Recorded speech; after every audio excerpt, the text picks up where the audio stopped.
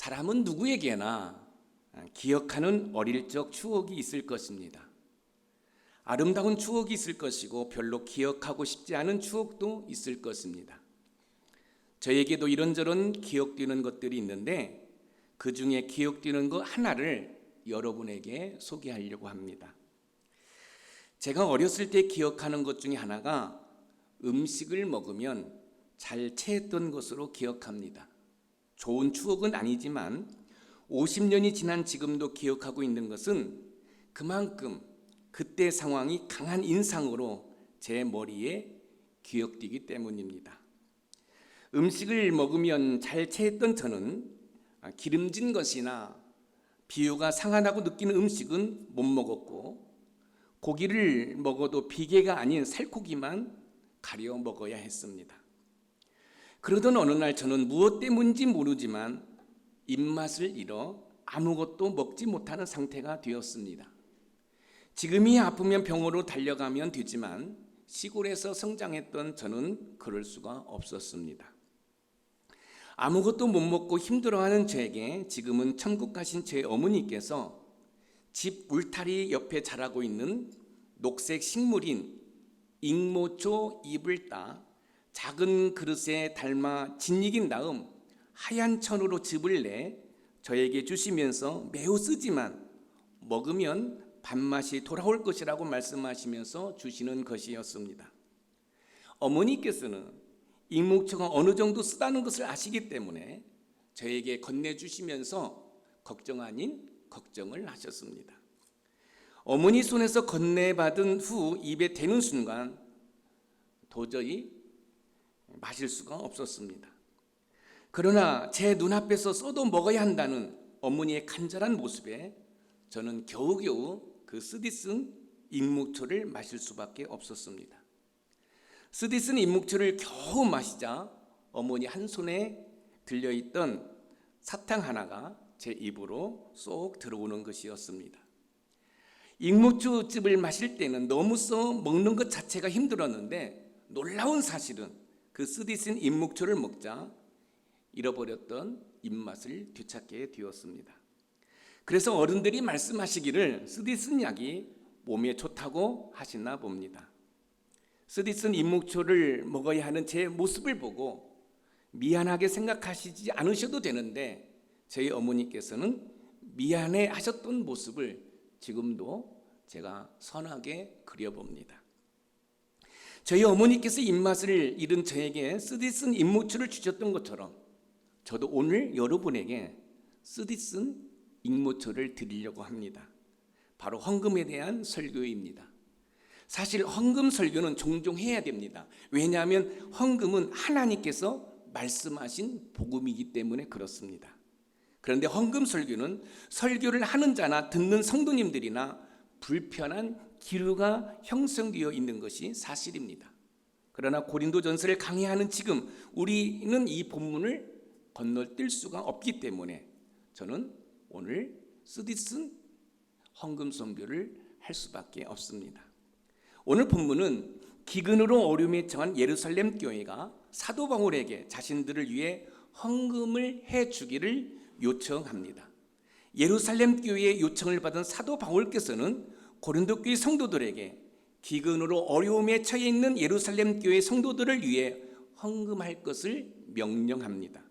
그러면서 헌금을 할 때 어떤 생각으로 해야 할지 본문을 통해서 하나하나 가르쳐주고 있습니다.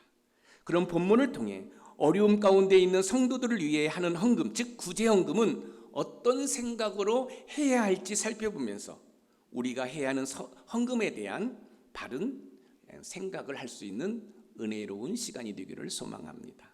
첫 번째, 성도를 위하는 헌금에 대한 생각은 목적을 가지고 헌금을 하는 것입니다. 우리 교회에도 11조 감사 헌금 위에 목적 헌금이 있습니다.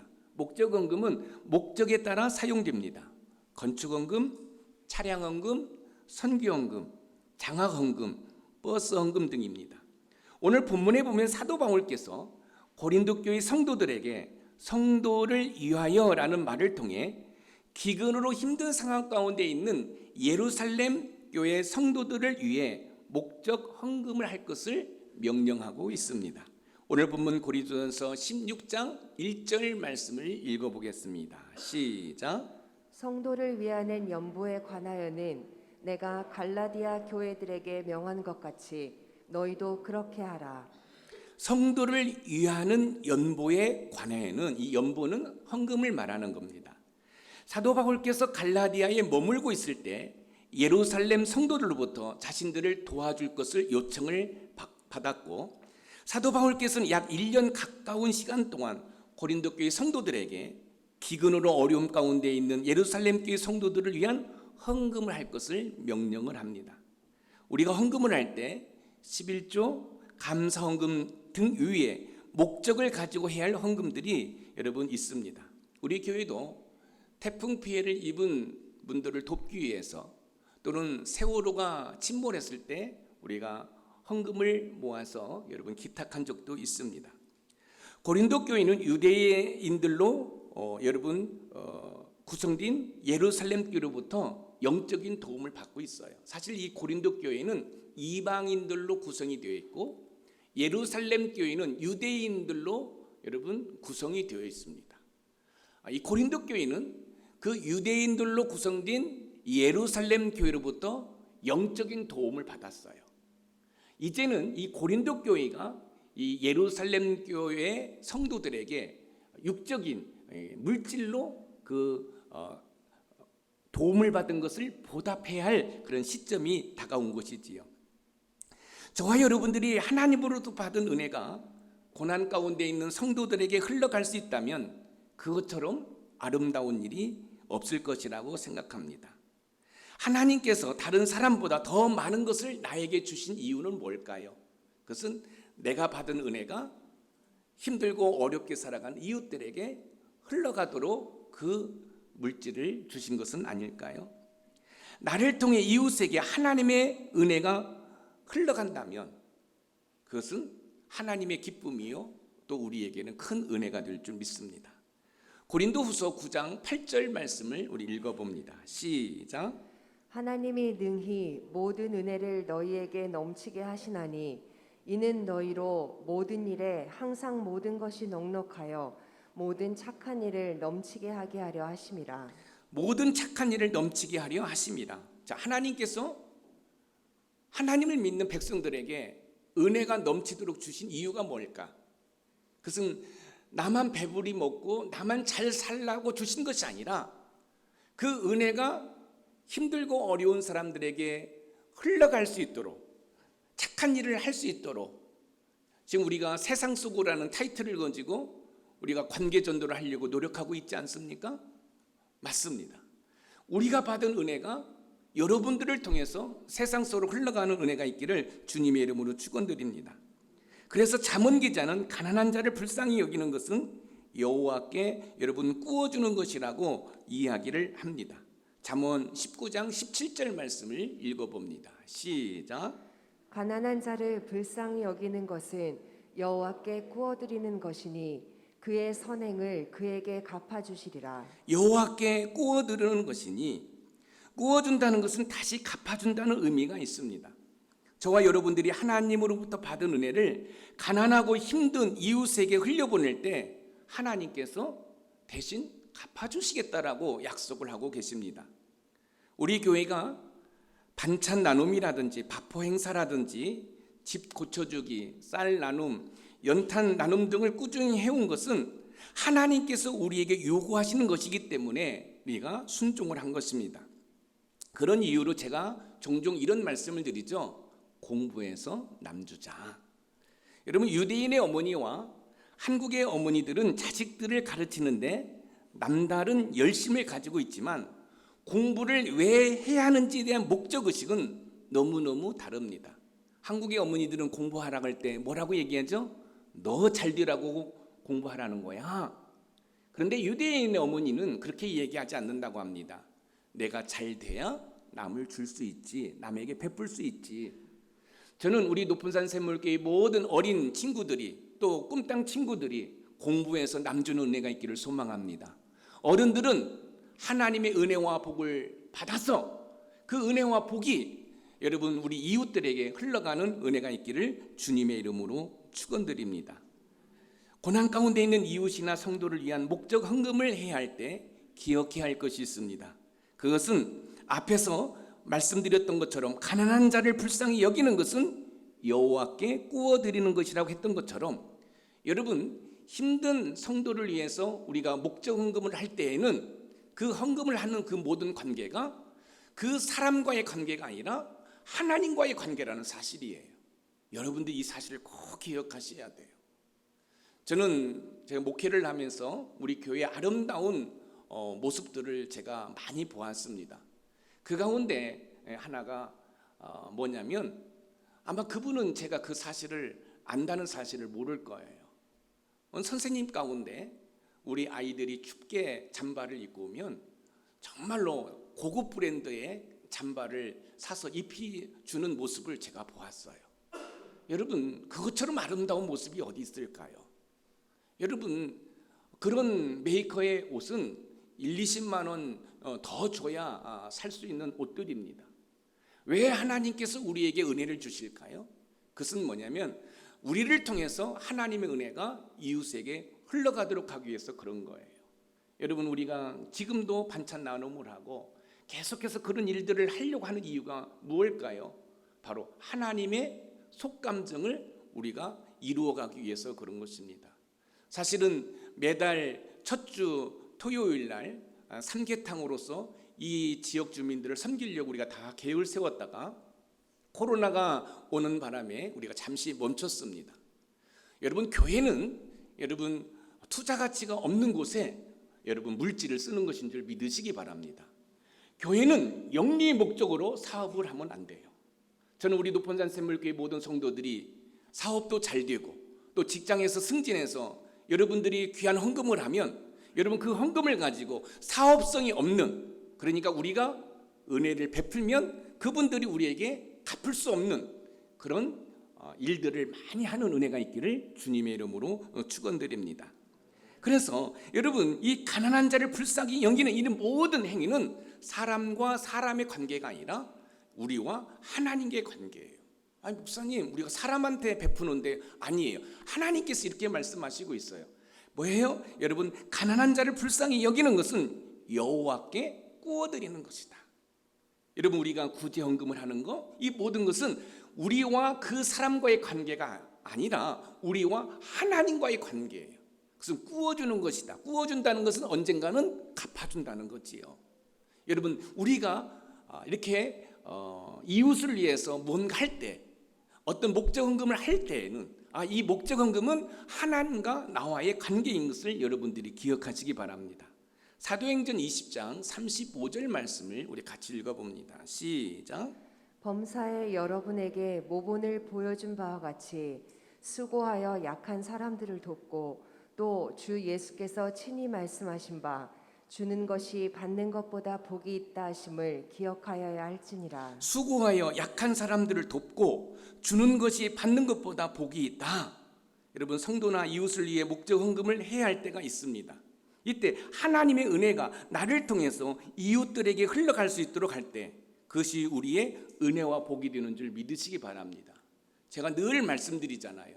우리 높은산 샘물교회가 여기 있는 이유는 양주시의 덕을 보려고 하는 것이 아니라 우리 높은산 샘물교회 여기 존재함으로 양주시가 우리 높은산 샘물교회의 덕을 볼 수 있는 그런 교회가 되어야 된다라고 누차 말씀을 드린 이유가 바로 그런 이유입니다. 아무쪼록 우리가 어떤 목적 헌금을 할 때 여러분 정말로 하나님과 나와의 관계 속에서 여러분 이웃들을 섬긴다, 또 힘들어하는 성도들을 섬긴다라는 그 사실을 여러분들이 꼭 기억하시기를 주님의 이름으로 축복합니다. 두 번째, 성도를 위한 헌금에 대한 생각은 미리미리 준비된 헌금을 하라는 것입니다. 고난 가운데 있는 성도를 위해 목적 헌금을 할 때는 미리 준비된 헌금을 해야 합니다. 오늘 본문 고린도전서 16장 2절 말씀을 읽어봅니다. 시작. 매주 첫날에 너희 각 사람이 수입에 따라 모아두어서 내가 갈 때에 연보를 하지 않게 하라. 매주 첫날에 너희 각 사람이 내가 갈 때 연보를 하지 않게 하라. 매주 첫날은 주일을 말하는 것입니다. 매주 첫날인 주일에 어떤 특정한 사람만이 아니라 개개인이 하나님께 헌금할 것을 지금 말씀하고 있어요. 매주 첫날에 너희 각 사람이, 여러분 헌금을 할 때는 각 사람이 할 것을 우리에게 가르쳐주고 있는 거예요. 여러분 주일날 예배 드릴 때 꼭 기억할 것이 있습니다. 여러분 예배만 드리는 것이 아니라 헌금할 것을 말씀하고 있어요. 이 헌금은 예배 구성 요소의 한 부분이기 때문에 여러분 헌금이 없는 예배는 하나님이 기뻐하시지 않습니다. 우리가 구약의 레위기를 다 강의했지 않습니까?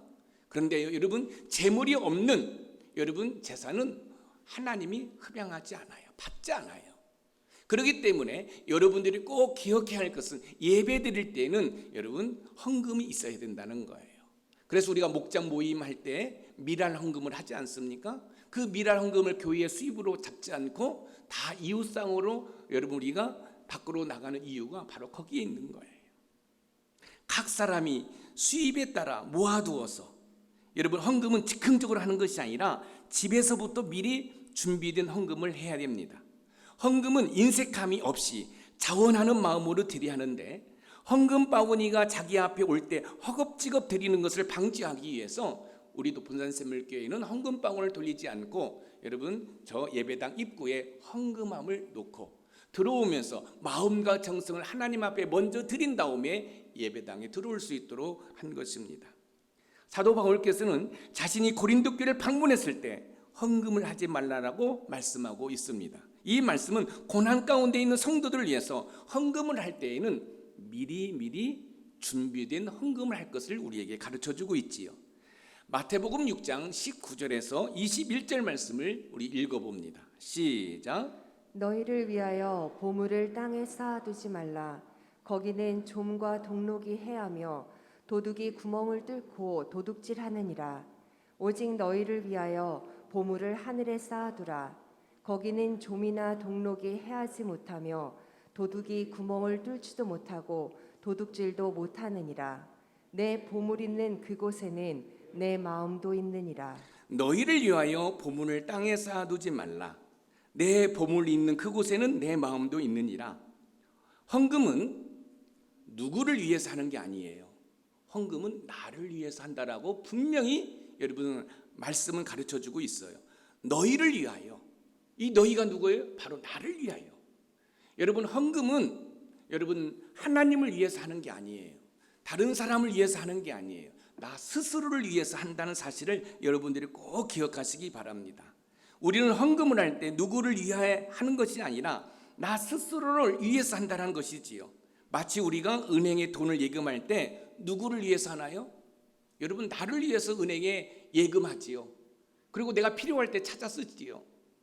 여러분 하나님께서는 우리의 물질을 하늘에 쌓아놓으라고 말씀하시고 있어요. 이 얘기는 뭐냐면 우리의 삶에 필요한 것들을 하나님께서 공급해 주시고 채워주신다는 거예요. 여러분들이 하나님의 이름으로 여러분 헌금을 하시고 또 이웃들을 한번 섬겨보세요. 그러면 여러분의 호주머니, 여러분의 지갑이, 여러분의 은행의 잔고가 여러분 줄어들 것 같죠? 천만에 그렇지 않습니다. 하나님은 채워주시는 분인 줄 믿으시기 바랍니다. 하나님은 공급해 주시는 줄 믿으시기 바랍니다. 여러분 개인을 위해서 여러분 명품백을 쓰고 여러분 낭비하는 것이 아니라 하나님께서 주신 것을 가지고 이웃들을 섬길 때 하나님은 여러분들이 필요할 때 채워주시고 공급해 주시는 줄 믿으시기 바랍니다.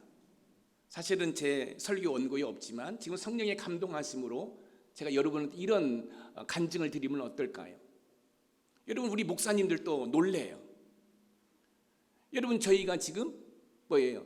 장학금을 지금 우리 학생들을 선발해서 드리고 있지 않습니까?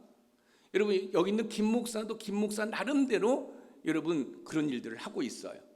그런데 놀라운 사실은 여기 있는 김 목사가 지금 센트럴 신학대 목회학 박사과정을 받고 있잖아요. 그런데 그 등록금이 다 해결되어 버렸어요.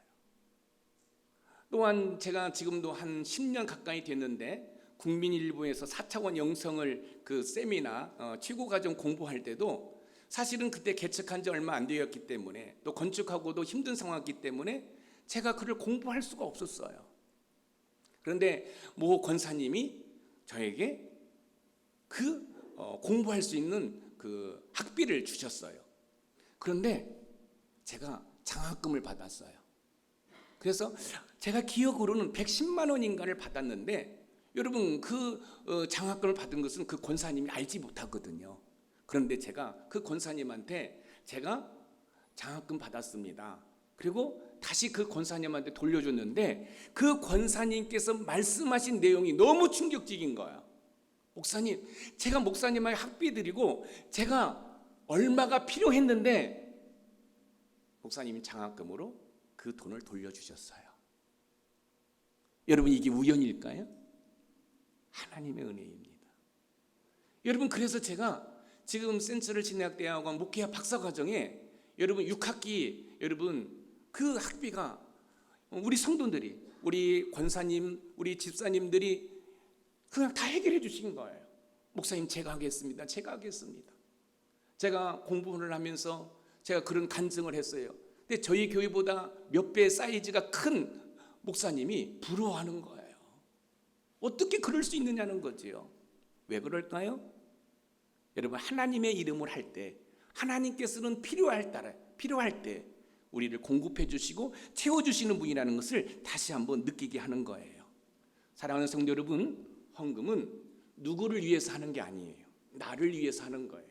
보물을 하늘에 쌓아두라는 거예요. 이 얘기는 뭐예요? 여러분 필요할 때 하나님께서 여러분에게 필요한 것들을 공급해 주시고 채워주시겠다라고 말씀을 하는 거예요. 제가 교회를 개척하고 여러분 이렇게 건축을 하고 목회를 하면서 여러분 물질 때문에 제가 뭔가를 못 해본 적이 없어요. 믿음으로 하나님 앞에 나갔어요. 그런데 놀라운 사실은 하나님이 채워주시고 공급해 주셔요. 지금도 제가 기억하고 있는 거는요, 우리가 어떤 일을 하는데 여러분 물질이 부족했어요. 우리 재정부가 저한테 그러는 거예요. 목사님 어떡하지요? 돈이 부족한데요? 제가 이런 이야기를 했습니다. 하나님께서는 우리가 상상하지 못한, 하나님께서 귀하게 쓰는 지체를 통해서 이 문제를 해결하실 것이다. 그리고 월요일 날 새벽 예배 나왔는데 여러분 강대상에 그 금액이 딱 올라와 있는 거예요. 여러분, 이런 간증은 한두 번이 아니에요.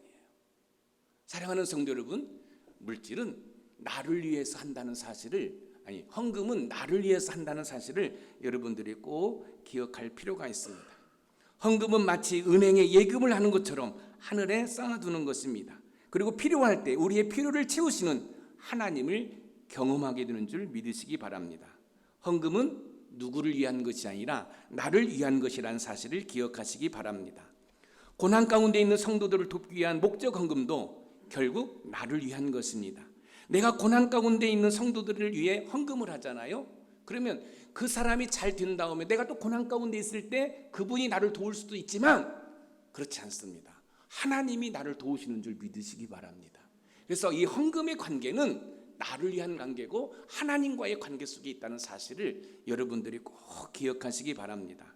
우리 교회는 신앙의 공동체이지만 가족 공동체입니다. 그래서 제가 한번 생각해 보세요. 자, 우리는 한 가족입니다. 제가 먼저 사랑하고 섬기겠습니다 하는데 이 교회를 어떻게 하면 좋겠는가? 그래서 우리가 수년 전에 공동의의를 했습니다. 우리 교회에 등록하고 6개월이 지난 다음에 병원에 입원했는데 보험이 들지 않았어요. 그래서 병원비가 많이 나와요. 그래서 교회 요청을 하면 여러분 교회가 여러분 40%를 여러분 책임지겠다고 우리가 공동의의를 통해서 여러분 통과시켰습니다. 혹시 여러분 가운데 뭐 실보험이라든지 보험이 없는 가운데 여러분 병원에 입원해 계시잖아요. 근데 보험이 없어요. 병원비가 나오잖아요. 그럼 담임 목사한테 요청을 하세요. 그러면 교회가 힘써서 40% 여러분 병원비를 여러분 책임질 수 있도록 하겠습니다. 왜요? 우리는 한 가족이기 때문에 그렇습니다. 말로만 한 가족이 아니에요. 그래서 여러분 그런 일들을 우리가 2번 실행을 했는데 너무너무 감사한 거예요. 왜요? 우리 성도님들이 정말 아낌없이 헌금을 하셔가지고 그렇게 섬길 수 있는 은혜를 주신 것이지요. 그럼 왜 우리는 고난 가운데 있는 성도들을 위해서 준비된 헌금을 해야 할까요? 고린도전서 12장 12절에서 13절 말씀을 읽어보겠습니다. 시작. 몸은 하나인데 많은 지체가 있고 몸의 지체가 많으나 한 몸임과 같이 그리스도도 그러하니라. 우리가 유대인이나 헬라인이나 종이나 자유인이나 다 한 성령으로 세례를 받아 한 몸이 되었고 또 다 한 성령을 마시게 하셨느니라. 아멘. 유대인이나 헬라인이나 종이나 자유인이나 한 몸이기 때문에 고난 가운데 있는 성도들을 외면할 수가 없는 거예요. 여러분, 교회를 뭘로 얘기합니까? 여러분, 건물이 교회가 아닙니다. 여러분 한 분 한 분이 교회예요. 교회는 예수님을 머리로 한 이 지체들의 유기체적인 집합체예요. 그렇기 때문에 여러분이 아프면 우리 모두가 아파야 돼요. 여러분이 기쁘면 우리 모두가 기뻐야 돼요. 할렐루야. 그런 신앙의 공동체가 바로 우리 높은산 샘물교회이기를 소망합니다. 디도서 3장 14절 말씀을 읽어봅니다. 시작. 또 우리 사람들도 열매 없는 자가 되지 않게 하기 위하여 필요한 것을 준비하는 좋은 일에 힘쓰기를 배우게 하라. 좋은 일에 힘쓰기를 배우게 하라. 미리 준비된 헌금으로 고난 가운데 있는 지체들을 돕기 위해서 힘쓰는 우리 모두가 되기를 소망합니다. 우리 높은산 샘물교회 모든 성도들은 하나님의 은혜를 다 받아서 우리 교회 안에서 돕고 섬기는 일들이 없었으면 좋겠어요. 할렐루야. 그 대신 우리 주변에 힘들고 어려운 분들, 지금 우리 교회가 상조에 하나 가입되어 있습니다. 이 상조에 가입된 이유가 뭔지 아십니까? 혹시 우리 주변에 장례를 치러야 되는데 연고가 없는 분들, 여러분 장례를 치르려고 지금 상조에 하나 가입해서 지금 수년째 그를 하고 있습니다. 여러분 아시죠? 빨리 우리 교회가 좀 더 재정적인 어려움에서 벗어나서 부활절 헌금, 그러니까 절기 헌금이죠. 여러분 맥주 감사 헌금, 또 추수 감사 헌금, 또 성탄절 헌금을 교회 재정으로 잡지 아니하고 여러분 이웃들에게, 여러분 예를 들어서 어르신들 틀리라든지 백내장 수술이라든지 이런 걸로 다 사회에 환원할 수 있는 그런 은혜가 있기를 소망합니다. 여러분 그렇게 할 수 있습니다. 그러기 위해서 여러분들이 열심히 공부하십시오. 그리고 여러분들이 승진하십시오. 또 여러분들이 자존심을 열고 여러분의 사업장을 키워가시기를 소망합니다. 그래서 우리 높은산 샘물교회 모든 성도들, 우리 공동체 안에는 서로가 도와주지 않아도 정말 하나님의 은혜를 마음껏 누릴 수 있는 은혜가 있기를 소망합니다. 우리 사업하시는 분들, 여러분의 11조가 1,000만 원, 2,000만 원 계속 많아지는 은혜가 있기를 소망합니다. 그 일을 통해서 여러분 이웃을 섬길 뿐만 아니라 선교사를 후원할 수 있는, 여러분 복음을 전할 수 있는 그런 여러분의 가정, 여러분의 사업장, 여러분의 직장이 되기를 주님의 이름으로 축복합니다. 마지막 세 번째, 성도를 위하는 헌금에 대한 생각은 겸손한 자세로 헌금을 해야 합니다. 고난 가운데 있는 성도들 위한 목적 헌금을 할 때에는 미리 준비된 헌금으로 하되 겸손한 자세로 헌금을 할 뿐만 아니라 겸손한 자세로 전달할 수 있어야 됩니다. 오늘 본문 고린도전서 16장 3절에서 4절 말씀을 읽어봅니다. 시작. 내가 이를 때에 너희가 인정한 사람에게 편지를 주어 너희의 은혜를 예루살렘으로 가지고 가게 하리니 만일 나도 가는 것이 합당하면 그들이 나와 함께 가리라. 자 보세요. 이제 이 예루살렘 교회가 기근으로 어려움에 처해 있는 거예요. 이 어려움에 처해 있는 상태에서 사도 바울께 우리 좀 도와달라고 헌금을 요청을 한 거예요. 이때 사도 바울께서 고린도 교회 성도들에게 약 1년 정도 예루살렘 교회를 위해서 헌금을 하라고 명령을 합니다. 자, 왜 명령을 할까요? 우리는 한 몸이다. 그리고 이 유대인들로부터 영적인 도움을 받았으니 이제 너희들이 그 빚을 갚을 때가 되었다라는 거지요. 자, 그런데 자 보세요. 사도 바울께서 이상한 이야기를 해요. 어떤 이야기를 하냐면 고린도 교회 성도들아, 너희들이 헌금을 모았지 헌금을 갖다가 예루살렘 교회에 전달해라 이렇게 이야기하지 않습니다. 뭐라고 얘기하냐면 너희의 은혜를 예루살렘으로 가지고 가게 하리니, 너희의 은혜를. 그럼 이 은혜가 어떤 뜻을 가지고 있냐면 헬라어로 텐카린인데 그 뜻은 하나님께서 주인들에게 베푸시는 무조건적인 은혜를 말하는 거예요. 이건 헤세드하고 좀 달라요. 하나님께서 주인들에게 베푸시는 무조건적인 은혜를 말하는 거예요. 그러니까 사도 바울께서 고린도 교회 성도들이 모금한 헌금을 갖다 주라고 하는 것이 아니라 너희의 은혜, 이게 은혜가 뭐냐면 하나님께서 주인에게 무조건적으로 베풀어 주시는 은혜를 말하는 거예요. 그러니까 하나님에 대한 강제적인 의무에서가 아니라 기쁨과 감사로 드리는 자유로운 사랑의 선물이라고 하는 거예요. 그러니까 사랑의 선물을 갖다 주라는 거예요. 헌금을 갖다 주라고 얘기한 게 아니에요. 사랑하는 성도 여러분, 사도 바울이요, 이 말을 하면서 정말로 겸손한 모습이에요. 여러분, 이 정도 되면은 사도 바울께서 야, 그 헌금 가져와, 내가 예루살렘에 갖다 줄게. 그리고 뭐 하겠어? 지금 같으면 라면 상자 전달하면서 이웃 돕기 써놓고서나 딱 하고 사진 찍어야 되잖아요. 그리고 생색을 내야 되잖아요. 근데 사도 바울께서는 그런 게 없어요. 내가 편지로 추천서를 써줄 테니 갖다 줘라. 그런데 내가 만약에 가는 것이 너희들이 원하는 일이라면 나도 함께 하겠다. 여기에 교만이 없어요.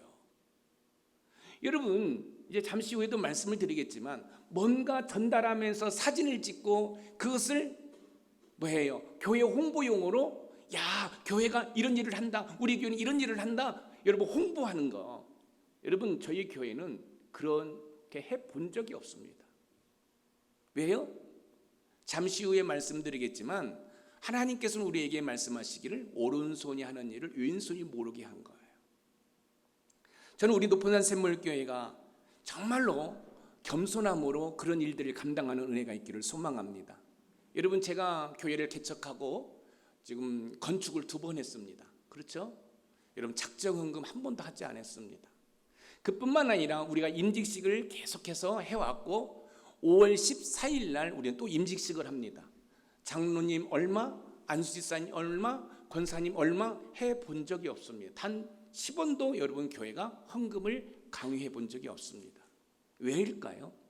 여러분, 헌금은 신앙 고백입니다. 여러분, 신앙 고백을 여러분 강제적으로 할 수는 없지 않습니까? 하나님이 감동 주시는 대로 해야 되는 거예요. 여러분, 건축헌금, 작정헌금을 한 번도 하지 않았는데 여러분, 이 건물을 건축을 했어요. 여러분, 식당 건물을 건축을 했어요. 여러분, 목사들이 교회 어떤 일을 하기 위해서 부흥회를 합니다. 그리고 부흥 강사님들이 와가지고 여러분 종이를 나눠줘요. 작정헌금 하라는 거지요. 여러분, 저는 그것을 비판하고 싶은 마음은 없는데 저는 따라하고 싶은 마음은 없어요. 여러분, 헌금은 하나님의 은혜가 임하면 여러분 감사하는 마음으로 자발적으로 인색함이 없이 하는 것이 나는 헌금이라고 생각합니다. 장로이기 때문에 얼마를 하고 안수이기 때문에 얼마 하고 권사이기 때문에 얼마 해야 된다라고 말하는 그 자체가 여러분 잘못된 것이에요.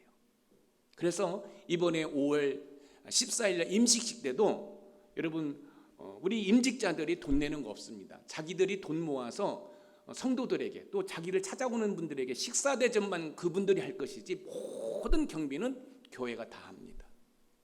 왜요? 직분을 주고 사는 그런 모습이 있어서는 안 되기 때문에 그런 것입니다. 사도 바울께서는 고린도 교회 성도들이 모은 헌금을 가지고 예루살렘 교회를 방문할 수 있었음에도 불구하고 자신이 꼭 가야겠다는 생각을 하지 않는 겸손한 모습을 보여줍니다. 여러분, 이럴 때는 어떻습니까? 제가 조금 전에 말씀을 드렸던 것처럼 사진 찍어야 되죠. 그리고 전도지 만들어서 우리 교회는 이런 일을 한다 자랑해야 되죠. 그럼 효과가 있을 수 있습니다. 이 교회는 이런 일을 많이 하는구나. 사랑하는 성도 여러분, 사도 바울이 고린도 교회 성도들에게 부탁을 해서 모은 헌금이지만 사도 바울 자신을 드러내고자 하는 모습이 전혀 없습니다. 고난 가운데 있는 성도들을 돕기 위해 헌금을 하는 것도 중요하지만 성도들이 모은 헌금을 어떻게 전달하느냐는 매우 중요합니다. 잘못하면 도움을 받는 분들의 자존심이나 마음을 상하게 할 수 있기 때문에 그렇습니다. 여러분, 우리가 연탄으로 섬길 때도요, 연탄 갖다 싸놨어요. 그런데 그분께서 왜 여기다 싸놨냐고, 여기짝을 옮겨달라고 하면 네 하고 옮겨주라고 제가 신신당부를 합니다. 그리고 그분들과 사진 찍지 않습니다. 우리가 바포 행사를 할 때 사진 찍은 거는 우리 성도들이 찬양하는 모습, 그런 모습만 찍지 여러분 그런 모든 것들을 찍어가지고 우리 교회에 홍보할 그런 자료로 사용하지 않습니다. 여러분 집 고쳐주는 거, 뭐 장학생 선발해서 장학금 주는 거, 여러분 사진 찍어가지고 제가 여러분 사용한 거 보셨어요? 없어요. 행여나 그 일로 인해서 여러분 그분들의 마음을 다치게 하면 안 되기 때문에 그냥 예수님이 제자의 발을 씻기셨던 것처럼 겸손함으로 섬기는 거예요. 설령 그분들이 몰라줘도 되는 거예요. 여러분 우리가 한참 이 쌀을 한 70포, 제가 기억으로는 제일 많이 할 때가 80포까지, 그것도 5만 5천 원짜리 비싼 쌀입니다. 여러분 그렇게 다 하고 또 연탄하고 이럴 때도 여러분 외부에서 이상한 소리 들려요. 요즘은 뭐 최상의 계층인가 뭐 이 계층에서 뭐 쌀도 많이 나오고 있더니 줄 필요 없다. 여러분 그러나 중요한 사실이 있어요. 여러분 우리가 사랑을 베푼 것으로 여러분 멈춰야 되지, 그걸 가지고 왈가불가하고 이런 얘기하고 저런 얘기하는 것은 아름다운 모습이 아닙니다. 우리가 사랑을 실천한 것 그것으로 끝내야 돼요. 무슨 말인지 아시겠어요? 생색내면 안 돼요. 그런데요 전화가 옵니다. 목사님 이번에 쌀 받은 누구누구입니다. 그러면 저는요 꼭 이 말을 합니다. 쌀을 받아주셔서 너무너무 감사합니다. 기회가 되면 또 할 수 있도록 노력하겠습니다. 여러분들이 꼭 기억할 것이 있어요. 내가 누군가를 섬겼을 때, 내가 누군가를 도와줬을 때 우월감 갖지 마세요. 여러분 하나님께서 여러분에게 은혜를 베풀어 주시는 이유는 여러분들을 통해서 하나님의 은혜가 힘들고 어려운 사람들에게 흘러가기를 원하시는 하나님 아버지의 마음을 우리가 순종할 뿐이라는 사실을 여러분 꼭 기억하시기 바랍니다. 우리는 이웃사랑을 실천하면서 그 사랑을 받는 분들에게 감사를 해야 됩니다. 왜냐하면 이웃사랑을 실천할 수 있는 은혜를 제공해 주었기 때문에 그렇습니다. 디모데후서 2장 21절 말씀을 읽어보겠습니다. 시작. 그러므로 누구든지 이런 것에서 자기를 깨끗하게 하면 귀히 쓰는 그릇이 되어 거룩하고 주인의 쓰심에 합당하며 모든 선한 일에 준비함이 되리라. 모든 선한 일에 준비함이 되리라. 성도를 위하는 헌금을 하고 전달하는 선한 일에는 겸손함으로 하는 은혜가 있기를 소망합니다. 마치 우리 예수님께서 제자들의 발을 씻기시기 위해 무릎을 꿇었던 것처럼 말입니다. 우리가 외부 장학생을 선발해서 장학금을 줬지 않습니까? 제일 처음에는 제가 교회 오라고 안 했습니다. 혹시나 그것이 그분에게 상처가 될까 봐서요. 그래서 우리 홍길성 권사님한테 제일 처음에는 우리 교회에 오라고 하지 않고 제가 직접 전달한 것도 아니고 우리 홍길성 권사님한테 전달하라고 했어요. 그런데 그 학생이 아니라고 목사님한테 인사를 하기 위해서라도 교회를 방문한다고 그래서 너무너무 감사한 거예요. 왜냐하면 그 시간에 예배 드릴 때 예수라는 이야기를 들을 수 있기 때문에. 할렐루야. 저는 우리 높은산 샘물교회 모든 성도들에게 부탁드리고 싶습니다. 내가 누군가를 섬길 수 있다는 거, 좀 이렇게 말하면 어떨까요? 내가 누군가를 도울 수 있다는 것은 행복입니다. 기쁨입니다. 감사입니다. 그럼 목사님은 하십니까? 제가 어떻게 다 말씀을 드리겠습니까? 저는 개인적으로도 그런 일들을 감당하고 있습니다. 왜냐하면 너무너무 감사하기 때문에. 왜요? 부족한 종에게 이런 목회를 할 수 있는 은혜를 주셨기 때문에. 할렐루야. 사랑하는 성도 여러분, 여러분들이 꼭 기억할 것이 있습니다. 여러분들 부자가 되세요. 그리고 그 부자가 여러분 이웃들에게 흘러가는 은혜가 있기를 주님의 이름으로 축원드립니다. 하나님의 일을 할 때는 내 관점이 아니라 하나님의 관점에서 생각하고 행동을 해야 합니다. 성도를 위하든지 아니면 이웃사랑을 실천하기 위해 헌금을 전달한 과정 속에서 꼭 기억할 것이 있습니다. 겸손함으로 해야 한다는 것입니다. 왜냐하면 하나님께서 우리를 통해 하시는 일은 우리의 관점이 아닌 하나님의 관점에서 겸손함으로 할 때 도움을 받는 분들도 마음이 상하지 않고 여러분 전하는 우리도 하나님의 일을 했다는 것으로 감사하기 때문에 그렇습니다. 제가 우리 사랑하는 성도들에게 부탁하고 싶은 게 하나 있습니다. 여러분 하나의 신앙의 훈련이에요. 만약에 여러분들이 많은 헌금을 하시려고 하면 여러분 무명으로 하시기 바랍니다. 왜요? 여러분들을 위해서 그래요. 나 1억 했어. 그런데 이제 연말 정산에 필요한 부분이 있는 분들은 담임 목사한테만 얘기하세요. 그런데 우리 교인 성도들이 많지 않기 때문에 제가 필체를 다 기억하고 있습니다. 제가 왜 이런 말씀을 드리냐면, 여러분 헌금을 하고 교만을 하게 되면 그것은 헌금을 안 한 것보다도 못하기 때문에 그렇습니다. 만약에 여러분들 가운데 뭐 5천만 원, 1억, 2억 여러분 헌금하실 분이 있다고 한다면 여러분 무명으로 해도 돼요. 그러면 여러분 겸손합니다. 나를 드러내지 않습니다. 그런데 어떤 교회는 여러분 그렇게 헌금을 하면 바로 위에 스크린에 뜬대요. 그게 아름다움일까요? 그러면 그렇게 헌금을 하고 싶어도 가난해서 헌금을 못하는 그런 성도들이 상처받는 것은 여러분 생각하지 않는 거지요. 저는 여러분들 부탁드리고 싶어요. 그냥 지금의 헌금은 여러분 다 쓰십시오. 왜? 연말 정산이라든지 또 이 재정부의 투명성을 위해서. 그러나 여러분 예를 들어서 고액의 헌금을 하시려고 할 때에는 무명으로 하세요. 그러면 여러분 교만하지 않고요. 여러분 예를 들어서 우리 김지수 집사님 10억을 했다고 해봐요. 그래서 교회 부채를 갚았다고 생각해봐요. 그러면 김 목사도 인간인지라 김지수 집사님을 어떻게 해요? 좀 더 생각하게 해야 된다는 그런 압박감이 오는 거예요. 그럼 서로가 불편한 거예요. 그래서 여러분 고액의 헌금을 할 때에는 여러분들이 은밀하게 겸손함으로 하는 은혜가 있기를 주님의 이름으로 부탁드립니다. 우리 노포산 샘물의 가족들은 나를 통해 하나님의 은혜가 고난 가운데 있거나 도움이 필요한 이웃들에게 흘러가는 은혜가 있기를 주님의 이름으로 축원드립니다. 오늘 말씀의 키워드예요. 우리 같이 한번 읽어봅니다. 시작. 고난 가운데 있는 성도를 위해 목적 헌금을 할 때는 미리 준비되고 겸손한 자세로 해야 한다. 아멘. 여러분 겸손입니다. 생색내면 안 됩니다. 그리고 제가 이제 이렇게 목회를 하다 보면 어떤 성도가 이런 이야기를 할 때가 있어요. 우리 목사님이 지네들한테 해준 게 얼만데. 그러면 제가 마음이 되게 불편해요. 그런 말 하지 마세요. 우리는 사랑을 베푼 그 순간으로 모든 것은 잊어버려야 돼요. 내가 너한테 그렇게 했는데 왜 너 나한테 그래?